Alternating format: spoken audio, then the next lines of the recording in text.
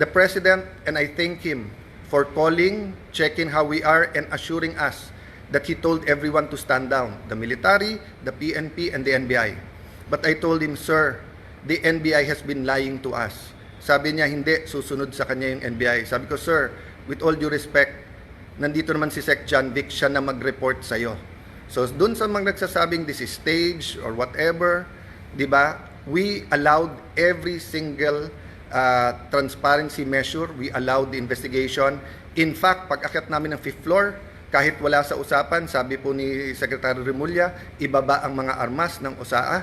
I saw his wisdom para nga hindi magka-enkwentruhan, para hindi magkaroon ng miscommunication or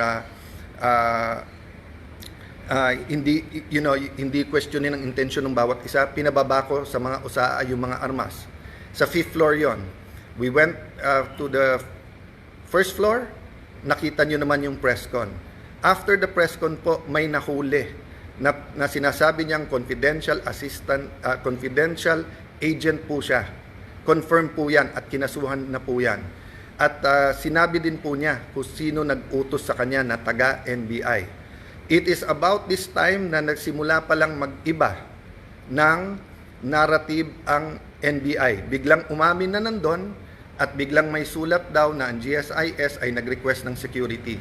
Kailanman po, wala sa history ng GSIS na NBI ang kanilang tatawagin. Parati po yung pulis.